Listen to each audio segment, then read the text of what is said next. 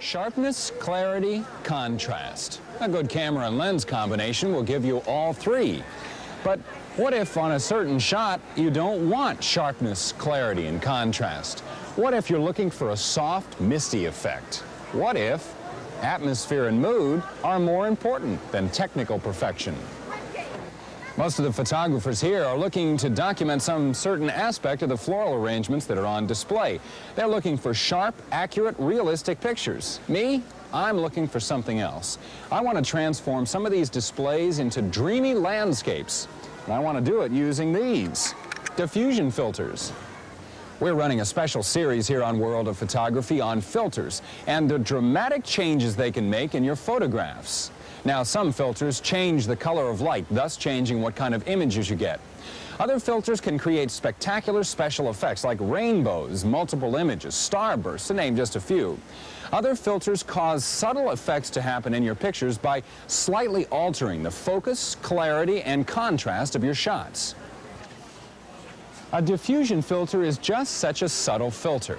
It softly blurs outlines, hazes over horizons, changes vibrant colors to quiet pastels. And it does this without really degrading the image. A diffused focus shot isn't the same as an out-of-focus shot.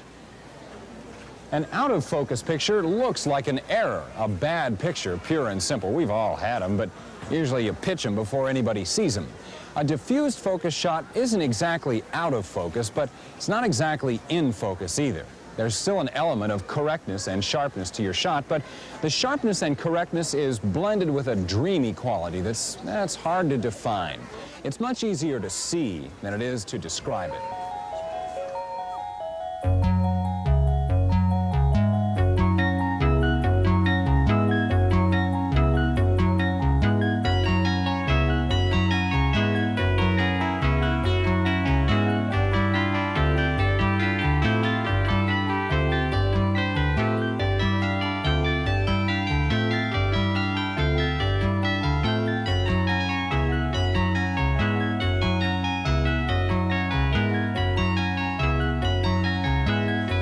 It's really easy to do. Let me move the camera up here and we'll take a look. Let's start with the gauze, okay?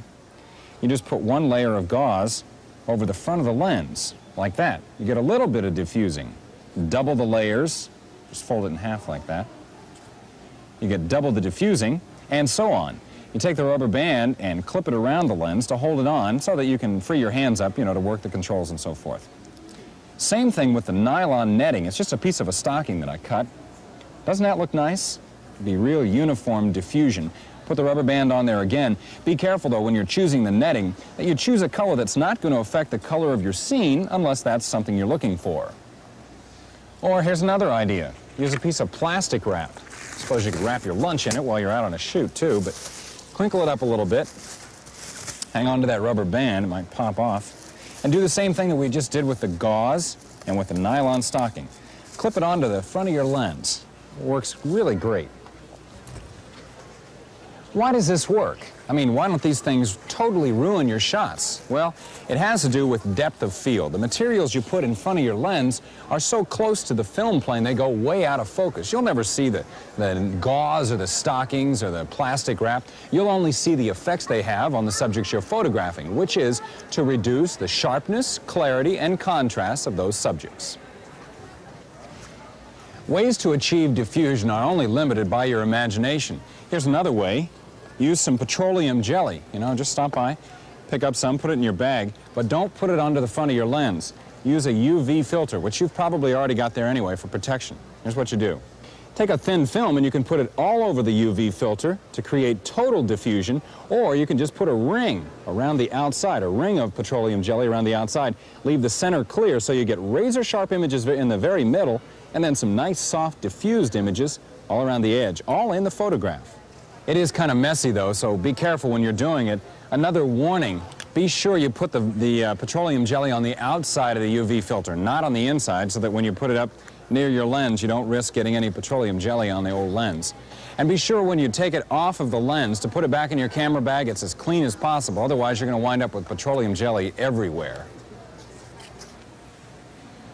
As I said, petroleum jelly is a mess, so probably the smartest thing that you can do is stop by the store and pick up any of a variety of diffusion filters. You can get them from very slight diffusion to very strong diffusion when they become virtually identical to a fog filter.